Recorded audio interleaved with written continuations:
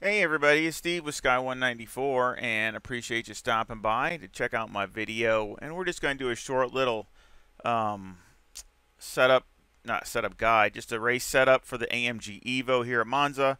I had a request for one, and I got a really good pace with this, even though I really wasn't driving that good. So I'm just going to show a couple laps and go over the setup, and of course I'll leave a link in the description.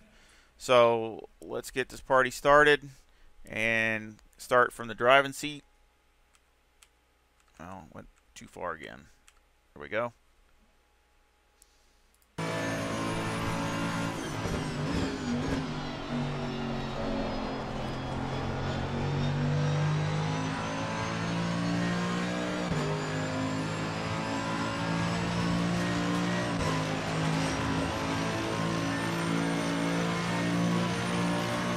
Last lap was 1:49.09. Of course, like I said, there's no drafting help. Of course, by myself on a hot stint, which would definitely help make a difference.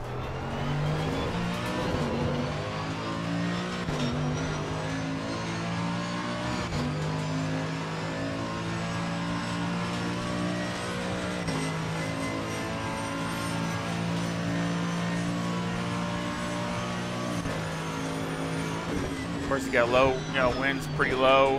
I always try to keep them about the same, similar conditions, similar temperatures, mid-20s, and lower winds, because either one of those can definitely make a big difference. Of course, if it's cooler, you can be even faster. So it's just that, if it's real hot, though, it could be definitely slower, or if you have a lot of wind, especially a headwind, it definitely would be slower.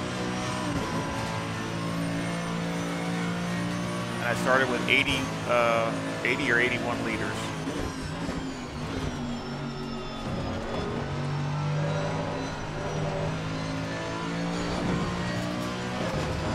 This is a really good setup. You can run over stuff and it doesn't upset the car.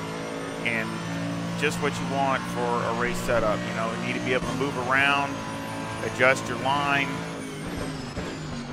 If you run over something, you don't want to have to, wreck.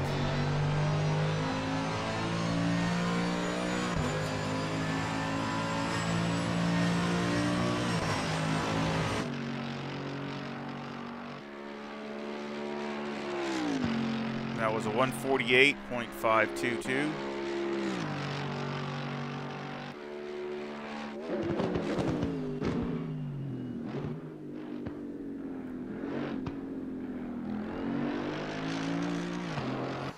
And I'll show the timetables. I had one bad lap. That was just my fault. So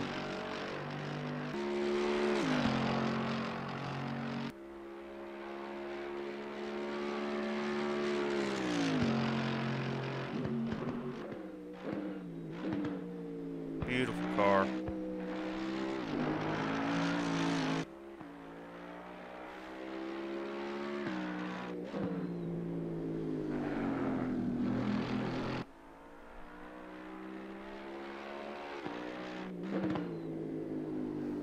So you can run over that, run over that one curb there on the corner. Didn't,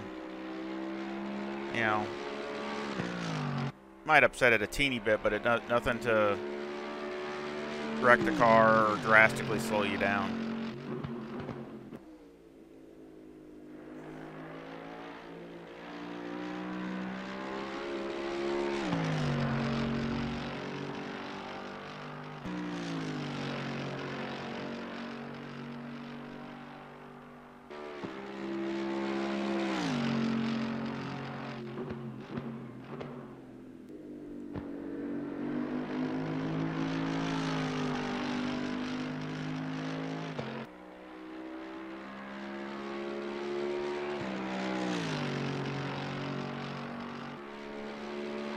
And that lap was 148.85, so about 3/10 slower, but still a good lap for me, especially like I said with fuel, race fuel load, and also no drafting. I mean, if I had some drafting partner, I'd definitely be dropping a few tenths. So let's go to the setup or the timetables too. I want to show you that. And there's my one bad lap right near the end, and it was my fault. I almost wrecked in Ascari going through there. I saved it, but I didn't hit anything, but I went off. So there's why the lap was out, and a terrible lap. But if you look here, they're all pretty much 49s and almost a lot of 48s. 48.52, like I said, was my fast lap, and it could have been if that would have been there, it would have been even in the 40s, so 48.4 something. In practice, I did run some, I think a 48.30 or 48.20, 48.30 or 40 something. So I did run a little faster in practice, but again, that's just me, not on the car. But you got a lot of 48s, even a 49.0, 48s, 49.0, 48.9, 48.8, 49.0. I mean, for me, it's extremely consistent. I mean, that's super good for me. So somebody else might do a lot better. And of course, my last lap was a 49.12. So I think it's a super good race setup. Let's go over it. And tire pressure is 25.4 left front, 25.7 left rear, 26.5 right front, and 26.3 right rear. The toe is negative 0.02 on the front, with the camber at negative 3.4 on the left front and negative 3.3 on the right front. The caster is 12.1. And with the camber, I mean, a lot of times I would check the outer and inner temperatures, and after parabolica, and you could see where that was actually getting more temperature spread than I wanted. So I shortened up took some of the negative camber out of it, and of course that helps with braking also, and it seemed to help. And maybe that helps with some of the consistency, but it did seem to help on the brakes. It's super good on the brakes. And then on the rear, the toe is 0.07, and the camber is negative 3.1 on the left rear and negative 3 on the right rear. Electronics are 5 and 5. Fuel, I had 81 liters.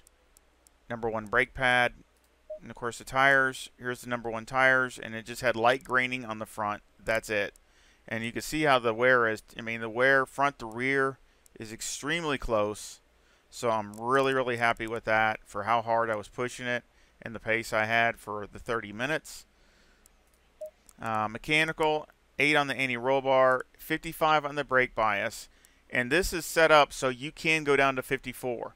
You might even be able to go down to 53. So that I'm not sure, but you for sure can go down to 54 and get a little bit more braking performance out of it as the stint goes, which I did for the last half a dozen laps, or not even that, probably the last 3 or 4 laps. I went down to 54, adjusted it, and it really did help a little bit with braking and just rotating the car. So this is a really good spot to start with, but you can go down as the stint goes. The steering ratio, of course, all the way down. The springs on the front, 143,000, with a bump stop rate of 1,100 on the left front and 1,000 on the right front, and a bump stop range of 1 on the left front and 4 on the right front. The rear, the springs are 119,000, with a bump stop rate of 700 on the left rear and 600 on the right rear, and a bump stop range of 5 on the right rear and 5 on the left rear and 10 on the right rear. Make sure I get that straight. Any roll bar, I have 3 on the rear and 60 on the preload. And of course, I have adjusted, played with all these things to move them around. And of course, the springs in the rear are, I stiffen them up just so you get better traction, and it seems to work. And of course, you see the wear; it's really good. So I mean, that's the thing. You look at the wear, and the wear is very good front to rear. So I like that, and even with a lot of rear brake bias in it. So it seems to be balanced very well. The shocks on the front are 6, 5, 8, and 9, and on the rear they're 5, 4, 7, and 6.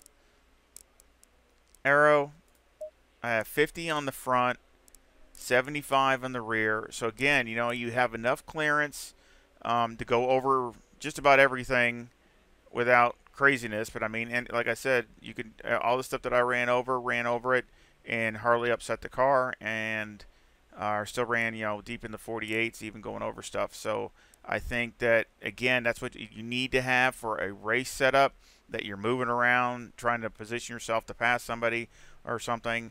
And again, you know, you don't have to be worrying about running over something and wrecking. The splitter have 5 on the front and 4 on the rear wing, and 3 and 2 in the brake ducts. And of course, the tire pressures and the brake ducts need to be adjusted accordingly. Of course, all my setups are always adjusted to the temperature mid-20s, you know, between 24, 27. See, you know, so that's all my setups are that way. So obviously, if it's really cold or super hot, you have to adjust all this accordingly. And of course, the rear wing, I did try a little bit lower, but the car just it just wasn't worth it. You might be able to do something with a qualifying, do something like that, and maybe gain a little bit, but it's just not worth it on a 45-minute stint or more. You'll lose more later on, in my opinion, than I would like, or make the car so hard to so hard to hold on to that it'd be hard to drive. Maybe some people could do it, but a lot of people couldn't. So I just think it'd be, when I went to 4, what do you lose? Maybe a mile an hour on the straightaway, if that.